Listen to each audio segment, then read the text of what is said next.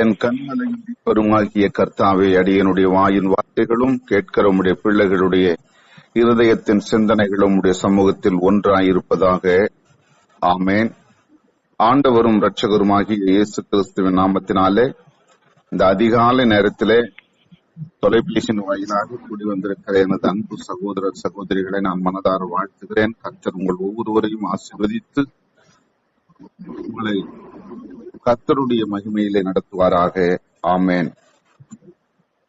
இந்த நாளிலே நாம் தியானத்திற்கென்று ஒரு தலைப்பு, கன்மலையாகிய கிறிஸ்து.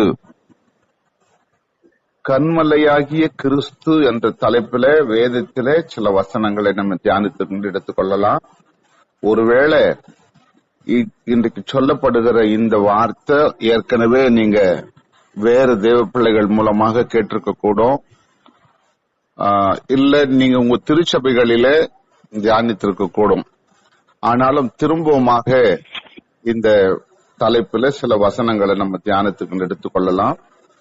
கன்மலையாகிய கிறிஸ்து என்று சொல்லப்படுகிற பொழுது கன்மலை கன்மலை கன்மலை என்று சொல்லி நிறைய இடங்களில வேதத்துல பல நூற்றுக்கணக்கான வசனங்களை நம்ம காண முடியும். அதுல கன்மலை என்று சொல்லப்படுகிற பொழுது உயர்ந்த ஸ்தானத்தில் இருக்கக்கூடிய மலை, மோசே ஆண்டவரோடு பேசின மலை, பல சம்பவங்களை சொல்லப்பட்டிருக்கிறது, பல இடங்களில சொல்லப்பட்டிருக்கிறது. ஆனா அந்த உயர்ந்த ஸ்தானத்தில் இருக்கக்கூடியது, உயர்வான இடத்துல இருக்கிறது நமக்கு யாருன்னு சொல்லி வேதத்துல குறிப்பிடப்படுகிறதுனா, அந்த உயர்ந்த என்ற இடத்த கிறிஸ்துவை வைத்து சொல்லப்பட்டிருக்கிறது பல இடங்களில. அதுல குறிப்பாக புதிய ஏற்பாட்டுல அப்போஸ்தலனாகிய பவுல் கொரிந்து பட்டணத்துக்கு எழுதின முதலாவது நிருபத்துல 10வது அதிகாரம் 4வது வசனம் இப்படி சொல்லப்படுகிறது. 1 கொரிந்தியர் 10:4, எல்லாரும் ஒரே ஞானபானத்தை குடித்தார்கள், எப்படியெனில் அவர்களோடு கூட சென்ற ஞான கன்மலையின் தண்ணீரை குடித்தார்கள், அந்த கன்மலை கிறிஸ்துவே அப்படின்னு சொல்லப்பட்டிருக்கிறது. ஞான கன்மலையின் தண்ணீரை குடித்தார்கள், அந்த ஞான கன்மலை என்று சொல்லப்படுகிற பொழுது அவரே கிறிஸ்து. இது புதிய ஏற்பாட்டுல இயேசு கிறிஸ்துக்கு அப்புறம் ஊழியர்கள் சொன்ன, தேவ பிள்ளைகள் சொன்ன, பரிசுத்த ஆவியானவர் சொன்ன வார்த்தை இது. ஆனா இந்த ஞான கன்மலையாகிய கிறிஸ்துவை நோக்கி பார்க்கிறவர்கள், அல்லது அவருடைய பாதத்தை பிடித்துக் கொள்ளுகிறவர்கள், அல்லது அவரை விசுவாசிக்கிறவர்கள் ஒருபோதும் அவர்கள் அந்த உயர்வான அந்த கன்மலையாகிய கிறிஸ்துவை பற்றி கொண்ட பிறகு ஒருவரும் கீழாகுவதில்லை, அவர்கள் கெட்டு போவதில்லை. காரணம் நான் சொன்னா, மேலானவைகளையே தேடுங்கள் அப்படின்னு சொல்லி பவுல் சொல்றாரு. மேலானவை என்று சொல்லப்படுகிற பொழுது கிறிஸ்துவை மையப்படுத்தி சொல்லுகிற வார்த்தை. இந்த கன்மலையாகிய கிறிஸ்து நம்முடைய வாழ்க்கையில என்னெல்லாம் காரியங்களை செய்திருக்கிறார், எந்த இடங்களிலெல்லாம் அவரை குறித்து சொல்லப்பட்டிருக்கிறது, பழைய ஏற்பாட்டில் இந்த கிறிஸ்துவை பத்தி என்ன சொல்லப்படுகிறது அப்படின்னு சொல்லி சில வசனங்களோடு கடந்து போகலாம். பழைய ஏற்பாட்டின் காலம் சொல்லும் பொழுது ஏன் அதை ரெண்டா பிரிச்சு சொல்றேன்னா, பழைய ஏற்பாட்டின் காலத்துல கிறிஸ்து என்ற பெயர் கிடையாது. இயேசு கிறிஸ்து என்ற பெயரே புதிய ஏற்பாட்டில தான் கொடுக்கப்படுகிறது. அந்த 4 சுவிசேஷத்தை சொல்லும் பொழுதுதான் அவருக்கு இயேசு என்று பெயரிடுவாயாக என்று வார்த்தையே வருகிறது. அதற்கு முன்பாக இந்த இயேசு கிறிஸ்து இந்த கன்மலை பிதாவோடு கூட இருந்தார். ஆனா அந்த பெயரில் இல்ல, வேறு பெயராக அவருக்கு கிளை என்று சொல்லப்படுகிறது, அல்லது அவரை குறித்து ரட்சகர் என்று சொல்லப்படுகிறது, மீட்பர், இப்படி பல வார்த்தைகளே அவருக்கு சொல்லப்பட்டிருக்கோம். ஆனா இயேசு என்ற வார்த்தை புதிய ஏற்பாட்டுல தான் வரும். இந்த கன்மலையாகிய கிறிஸ்து பழைய ஏற்பாட்டின் காலத்துல சொல்லப்படுகிற பொழுது பல இடங்களிலே நம்ம பார்க்கலாம். இன்னும் கூட ஒரு புதிய ஏற்பாட்டுல சொன்ன வார்த்தை பவுல் எழுதுறாரு. ரோமாபுரிக்கு எழுதும் பொழுது 9வது அதிகாரம் 23வது வசனத்துல சொல்லும் பொழுது, இதோ இடறுதற்கான கன்மலையும் தவறுதற்கான கன்மலையும் சீயோனிலே வைக்கிறேன், அவரிடத்தில் விசுவாசமாய் இருப்பவன் எவனோ அவன் வெட்கப்படுவதில்லை என்று எழுதியிருக்கிறபடி ஆயிற்று அப்படின்னு சொல்லப்படுகிறது. ரோமர் 9:33 எவ்வளவு அழகா சொல்லி கொடுக்கிறாரு. நான் முதல்ல சொன்னது போல உயர்வான ஸ்தானத்தில் இருக்கிற அவரை விட உயர்வானவர் வேற எந்த தெய்வங்களும் இல்ல, எந்த வார்த்தையும் குறிப்பிடப்படவில்லை. இயேசு கிறிஸ்துவே மேலானவர். அந்த மேலாக இருக்கிற அந்த கண்மலையா இருக்கிற அந்த கிறிஸ்துவ என்ன சொல்லப்படுகிறது, இடறுவதற்கான கல்லையும் தவறுவதற்கான கல்லையும் சீயோனிலே வைக்கிறேன், அவரிடத்தில் விசுவாசமாயிருப்பவன் எவனோ அவன் வெட்கப்படுவதில்லை என்று எழுதியிருக்கிறபடி ஆயிற்று.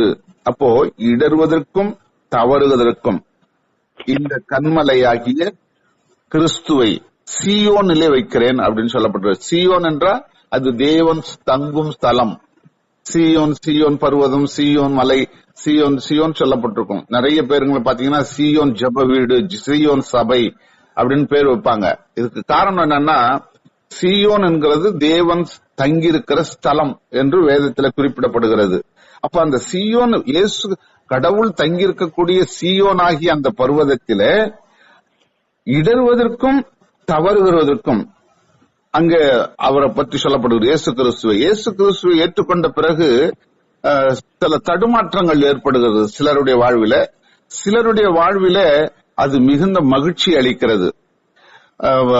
மரியாளை குறித்து சொல்லும் பொழுது அந்த லூக்கா சுவிசேஷத்துல முதல் அதிகாரத்துல மரியாளை குறித்து சொல்லும் பொழுது உன்னையும் ஒரு பட்டையும் உருவி போகும் அப்படின்னு சொல்லப்பட்டிருக்கும். நீங்க தேடி வாசித்தீங்கன்னா தெரியும். கடைசியில முதல் அதிகாரத்துல கடைசி வசனங்கள்ல பார்க்கும்போது சொல்லப்பட்டிருக்கும்.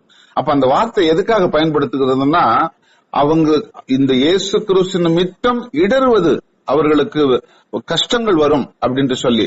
அப்ப யூதர்கள் எல்லாம் இயேசு கிறிஸ்து பிறந்ததை ஏற்றுக்கொள்ளாததுனால அதன் நிமித்தம் அவர்களுக்கு இடறுதல் வரும். அதுதான் இங்க சொல்லப்படுகிறது. இடறுவதற்கான கல்லையும் தவறுவதற்கான கல்லையும் சீயோனிலே வைக்கிறேன், அவரிடத்தில் விசுவாசமாயிருப்பவன் எவனோ அவன் வெட்கப்படுவதில்லை. அவரை உறுதியாய் பற்றி கொள்ளுகிற மனிதன் ஒருபோதும் வெட்கப்பட்டு போவதில்லை. சில கஷ்டங்கள் வரும், துன்பங்கள் வரும், பாடுகள் வரும், நிந்தனைகள் வரும், அவமானம் வரும். இப்ப என்ன எடுத்துக்கிட்டீங்கன்னா, நான் எனக்கு இப்போ ஏறக்குறைய 67 முடிஞ்ச 68வது வயதுல நான் கடந்து போயிட்டு இருக்கிறேன். என்னுடைய பெற்றோர், என்னுடைய உடன்பிறப்புகள், என்னுடைய சகோதரர்கள் சகோதரிகள், உறவுகள், அதாவது பங்காளின்னு சொல்லுவாங்க கிராமங்கள்ல, இந்த உறவுகள் மத்தியில முதல் என்னுடைய கிராமத்துல நான் தான் ஆண்டவரை ஏத்துக்கிட்டேன். என்னுடைய வட்டாரத்திலேயே சொல்லலாம், என்னுடைய அந்த கிராமத்துக்குள்ள முதல் ஆளா நான் எடுத்துக்கிட்டாலும் அந்த கிராமத்துல ஒரு கிறிஸ்தவரோ ஒரு திருச்சபையோ கிடையாது. 1985க்கு முன்னாடி.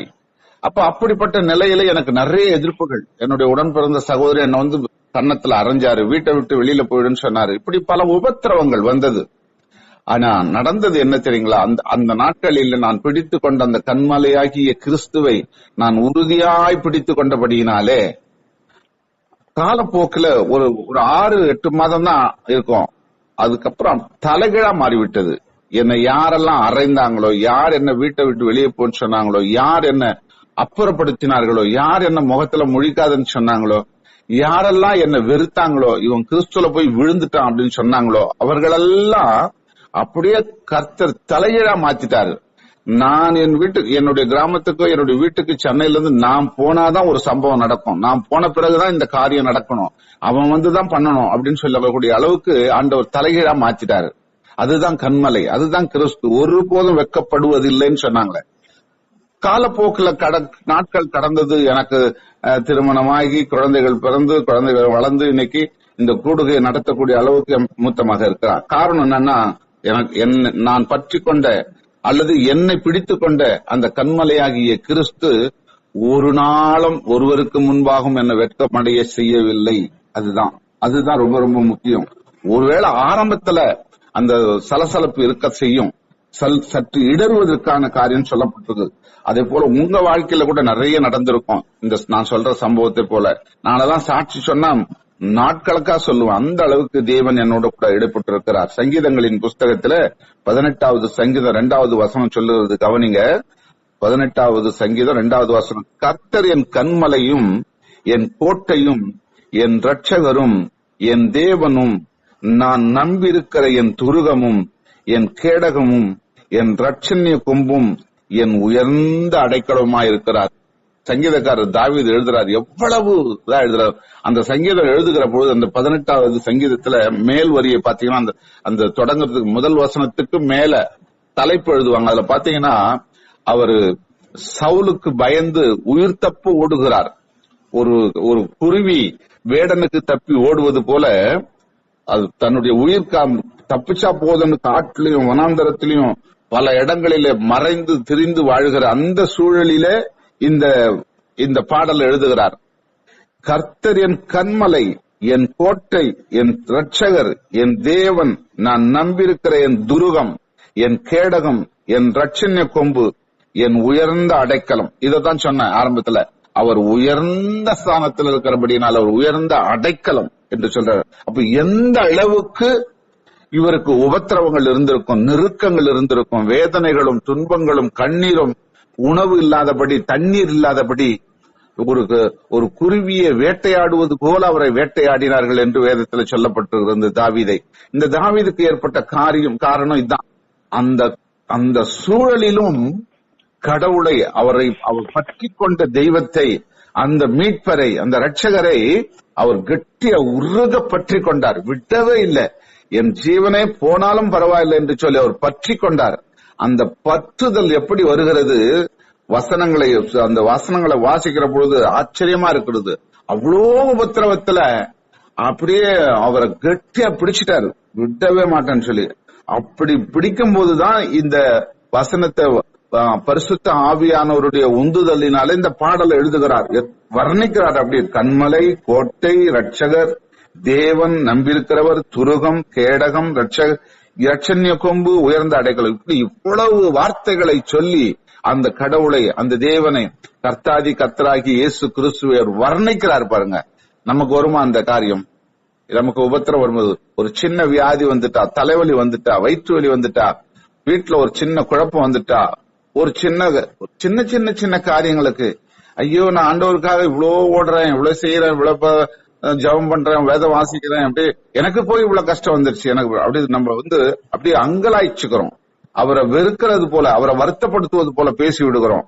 ஆனா எவ்வளவு உபத்திரவத்திலையும் நீங்க அந்த சங்கீதத்தை நீங்க இருக்கும்போது, வீட்டுல இருக்கும்போது 18வது சங்கீதத்தை பாருங்க. அந்த முதல் தலைப்புல எழுதும்போது அவர் சொல்லியிருப்பாருங்க அழகா, அவர் எந்த விதமான நிலையில இந்த பாடலை எழுதுகிறார் என்று சொல்லி நான் தெளிவா சொல்லப்பட்டிருக்கோம். அப்ப அந்த அளவுக்கு கர்த்தர், இந்த கன்மலையாகிய கிறிஸ்து அவரோடு கூட இடைப்பட்டிருக்கிறார். அதுதான் அவரால் மறுக்க முடியாத உண்மை. பாருங்க, 2 சாமுவேலின் புஸ்தகம், பழைய ஏற்பாட்டின் காலத்துல 2 சாமுவேலின் புஸ்தகத்துல 22வது அதிகாரம் 47வது வசனத்துல அழகா சொல்லப்பட்டிருக்கிறது, கர்த்தர் ஜீவன் உள்ளவர். நல்ல கவனிங்க, கர்த்தர் ஜீவன் உள்ளவர், செத்து போனவர் அல்ல, அல்லது ஒரு கல்லு மரம் செடி கொடி மாதிரி அவர் ஒரு பொம்மை அல்ல, அவர் உயிருள்ள கடவுள். அதான் அங்க அழகா எழுதுற, கர்த்தர் ஜீவன் உள்ளவர், என் கன்மலையானவர். அழகா திரும்ப சொல்றார், என் கன்மலையானவர், ஜீவன் உள்ளவர், உயிருள்ள கடவுள் அவரு, என் கன்மலையானவர். அவர் எங்க இருக்கிறாரு? உயர்ந்த ஒரு ஸ்தானத்துல இருக்கிறார். எங்க? மலை மீது இருக்கிறாரு, குன்று மேல இருக்காது, மரத்து மேல இருக்காது, இல்ல வானத்துல இருக்கிறாருன்னு சொல்லப்படல.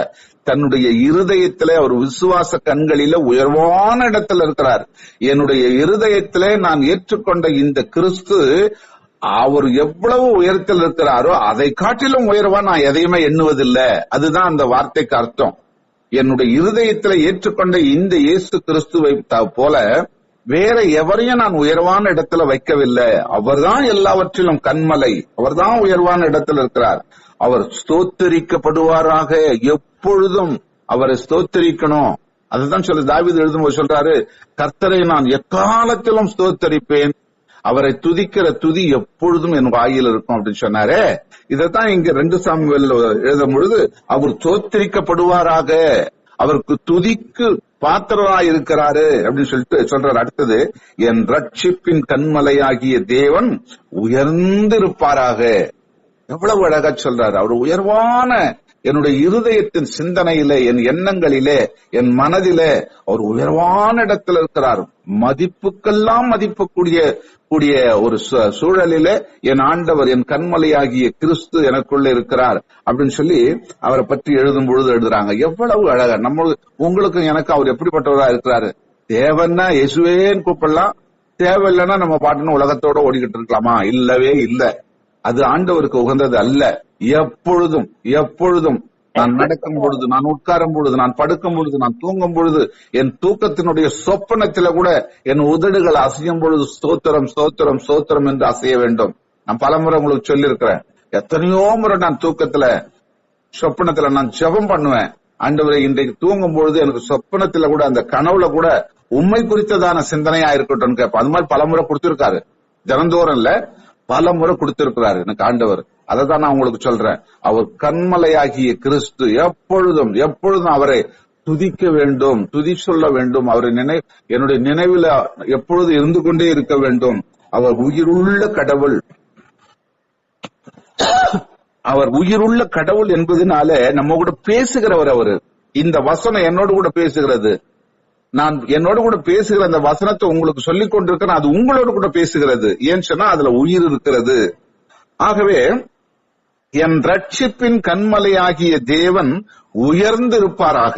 எப்பொழுதும் எல்லாருடைய இருதயத்திலும், அவரை விசுவாசிக்கிறவர்களுடைய இருதயங்களில அவர் உயர்ந்திருப்பாராக. 1 சாமுவேலின் புஸ்தகம் 2:2 அதிகாரம் 2வது வசனத்துல சொல்லப்படுகிறது. அன்னாள் ஜெபிக்கிறாங்க. அன்னாளுக்கு குழந்தை இல்ல, ரொம்ப அசட்டை பண்ணப்படுறாங்க. எல்லாராலும் அவங்க கேவலமா பேசப்படுறாங்க. குறிப்பா அவங்க அந்த அவருடைய கணவன் எல்கானா என்கிறதான அவருடைய கணவன் 2 மனைவி, அதுல இளைய மனைவியாகிய அவள் சொல்லுகிற அந்த வார்த்தை ஒவ்வொன்றும் தன்னுடைய இருதயத்தை கிழிக்கக்கூடியதா இருக்கிறது. இருதயத்தை மிகுந்த வேதனைப்படுத்தக்கூடியதா இருக்கிறது. சகித்து கொள்ள முடியாத அளவுக்கு வேதனை அடைஞ்சாங்க அண்ணால். அப்போ அந்த சூழ்நிலையில ஆண்டவரிடத்துல போய் அந்த ஒரு பொருத்தனையோடு ஜெபம் பண்றாங்க. அப்படி ஜெபம் பண்ணி அவர்களுக்கு ஒரு ஆண் குழந்தை கொடுக்கிறார். அவங்க பொருத்தனை என்னன்னு சொன்னா, எனக்கு முதல் கொடுக்கிற ஆண் குழந்தை உமக்கு ஊழியத்துக்கு கொடுக்கறேன் அப்படி சொல்லுவாங்க. நம்ம யாருன்னா சொல்லுவோமா, படிக்கிறோம், எத்தனையோ முறை படிக்கிறோம், எத்தனையோ முறை அதை குறித்து நிறைய விவரித்து பேசுறோம், கேட்கிறோம், நல்லாதான் இருக்குது. ஆனா நாம செய்வோமான்னு எண்ணி பாருங்களேன். எனக்கு குழந்தையே இல்ல, ஒரு கல்யாணம் ஆகி 10 வருஷம் ஆகுது. அது ஆணா இருக்கட்டும் பெண்ணா இருக்கட்டும், 10 வருஷம் ஆயிடுச்சு, 15 வருஷம் ஆயிடுச்சு, 8 வருஷம் ஆயிடுச்சு. ஆனா ஒருவேளை ஆண்டவர் எனக்கு குழந்தை கொடுத்தாருன்னா முதல் குழந்தை நான் கொண்டு போயிட்டு சர்ச்சில் விட்டுட்டு வந்துடுறேன். அது தானா வளரட்டும், ஆண்டவருக்காக வளரட்டும் அப்படின்னு சொல்லுவோமா நம்ம? ஆனா அண்ணால் பண்ணாங்க. அவ்வளவு உபத்திரவத்தின் மத்தியில, அவ்வளவு கஷ்டத்தின் மத்தியில அவங்க சொன்னாங்க. அந்த வார்த்தையை ஆண்டவர் கேட்டார். ஏற்ற வேளையில கற்பத்துல ஒரு கனியை கொடுத்தார். அந்த குழந்தை பிறந்த உடனே சாமுவேல் என்று பெயரிடப்படுகிறது. அதை கொண்டு வந்து ஒரு நல்ல ஓடி ஆடி விளையாடுற வயசு வரும்போது அதை கொண்டு போய் ஆலயத்துல கொடுத்துறாங்க. அப்ப பாருங்க, அதுக்கு முன்னாடி அந்த குழந்தைய கொடுத்த உடனே இந்த அம்மா வந்து ஜெபம் பண்றாங்க. என்னன்னு ஜெபம் பண்றாங்க பாருங்க. 1 சாமுவேல் 2வது அதிகாரம் 2வது வசனம். எங்கள் தேவனை போல் ஒரு கன்மலையும் இல்லை. எவ்வளவு அழகா அந்த வார்த்தைய, என்னுடைய தேவனை போல ஒரு கன்மலையும் இல்லை. உலகத்துல வேற யாருமே கிடையாது. பல தெய்வங்கள் இருக்கலாம், பல என்னென்னவோ மக்கள் ஆராதிச்சுட்டு இருக்கலாம். ஆனா என்னுடைய கன்மலையாகி என்னுடைய தேவனை, என்னுடைய கடவுளை போல வேற யாருமே கிடையாது அப்படின்னு சொல்லி அங்க உறுதியா அந்த பொருத்தனையோடு சொன்ன அந்த வார்த்தையை நிறைவேறின உடனே தேவ சமூகத்துல வந்து சொல்றாங்க, இதுதான் உங்களுக்கும் எனக்கு ஆண்டவர் கொடுக்கிறாரு, அதை இப்படிதான் இருக்கணும்னு சொல்லி. உபாகமம் புஸ்தகத்துல மோசே எழுதும் பொழுது எழுதுறாரு. 32வது அதிகாரம் 18வது வசனத்துல, உன்னை ஜனிப்பித்த கன்மலையை நீ நினையாமல் போனாய், உன்னை பெற்ற தேவனை நீ மறந்தாய். அப்ப இஸ்ரவேல் மக்களுக்கு சொல்றாரு அவரு, உன்னை ஜனிப்பித்த, உன்னை பெறச் செய்த அன்னாலை போல ஒரு தாயின் கருவிலிருந்து வெளியே கொண்டு வருகிற அந்த கடவுளுடைய கன்மலையாகிய கடவுளை நீ மறந்துட்ட. உன்னை பெற்ற தாயை மறந்தது போல நீ மறந்துட்ட. அதனால யாருக்கு சொல்றாரு? இஸ்ரவேல் மக்களுக்கு சொல்றாரு மோசே. அப்போ அந்த மறக்க கூடாதபடி துன்ப வேலையில, கஷ்ட வேலையில, கண்ணீரின் பாதையில போகும்போது மறந்துடுறோம். ஐயோ என்ன கைவிட்டார் ஆண்டவர் அப்படின்னு. இல்ல, மறந்துட்டீங்க, அப்படி மறக்க கூடாதுன்னு சொல்லி அவருக்கு அழகா சொல்லி கொடுக்கிறார். கடைசியா ஒரு வசனத்தை சொல்லி முடிக்கிற நேரம் போனதுனால, சங்கீதம் 27:5 சொல்லும் பொழுது, தீங்கு நாளில் அவர் என்னை தம்முடைய கூடாரத்தில் மறைத்து என்னை கன்மலையின் மேல் உயர்த்துவார். இதுதான் ரொம்ப ரொம்ப நம்ம கவனிக்க வேண்டியது. தீங்கு நாள், சந்தோஷம் வரும்போது வேணா களி கூர்ந்து ஆண்டவரை மகிமைப்படுத்தலாம். ஆனா கஷ்டம் வரும்பொழுது, துன்பம் வரும்பொழுது, பாடு வரும்பொழுது அவரை எந்த விதத்திலும் புறக்கணித்து விடாதபடி, மறந்து விடாதபடி, கட்டாயம் என் கன்மலையாகிய கிறிஸ்து என்னை உயர்ந்த ஸ்தானத்துல கொண்டு வந்து நிறுத்துவார் என்று சொல்லி நம்முடைய விசுவாசம் குறைந்து போகக்கூடாது, நம்முடைய நம்பிக்கை அற்று போகக்கூடாது. அதுல எந்த விதத்திலும் குறைந்து போகாதபடி அவரோடு கடந்து பயணிக்குமானால் கர்த்தர் நிச்சயமாகவே ஒரு முடிவு உண்டு, நம்பிக்கை வீண் போகாது என்ற வார்த்தையின்படியே நம்மை ஆசீர்வதித்து நடத்துவார். கர்த்தர் தாம் இந்த வசனத்தோடு உங்களை ஆசீர்வதிப்பாராக. ஆமென்.